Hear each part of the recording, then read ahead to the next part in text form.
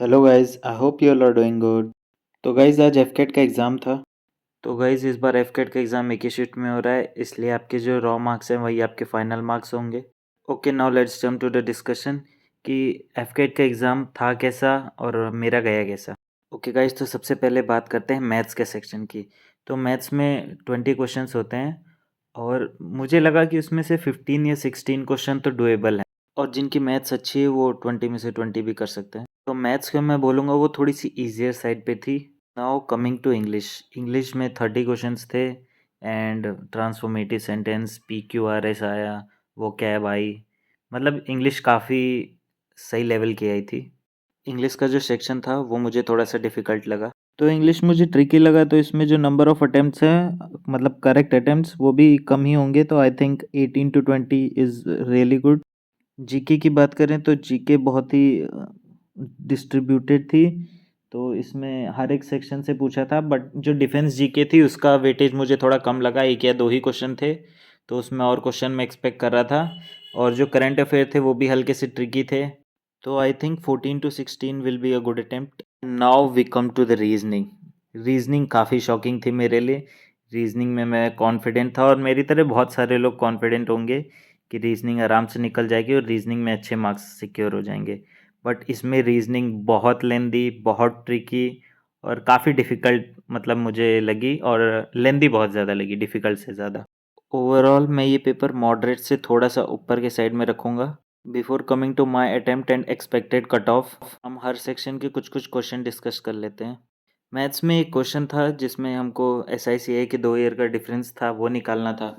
फिर एक प्रोबेबिलिटी का क्वेश्चन था जिसमें 5 ब्लू बॉल्स 3 ग्रीन, और तो उसमें 2/9 था आंसर आई थिंक। और एक सिंप्लीफिकेशन का क्वेश्चन था, तो उसका आंसर 1/36 था, जो मेरा गलत हुआ, मैंने बाद में पता किया। उसके बाद H C F L C M वाले एक या दो क्वेश्चंस थे। एक पार्टनरशिप का भी क्वेश्चन था और एक जो हाइट एंड डिस्टेंस का क्वेश्चन था जिसका आंसर शायद 42.9 था।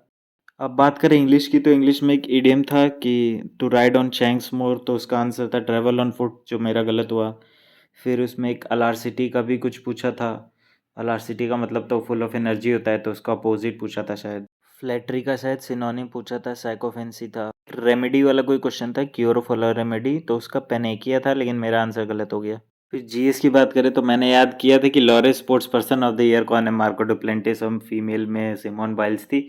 But come back of the year वाला मुझे पता नहीं था, तो मैं आर्याका रेबेकस करके समथिंग थे, तो वो लगा के आ गया। फिर वो फंडामेंटल ड्यूटीज़ वाला स्टेटमेंट था जिसमें 43rd कॉन्स्टिट्यूशनल अमेंडमेंट लिखा था और आंसर 42nd है, तो वो फर्स्ट स्टेटमेंट गलत थी, सेकंड सही थी।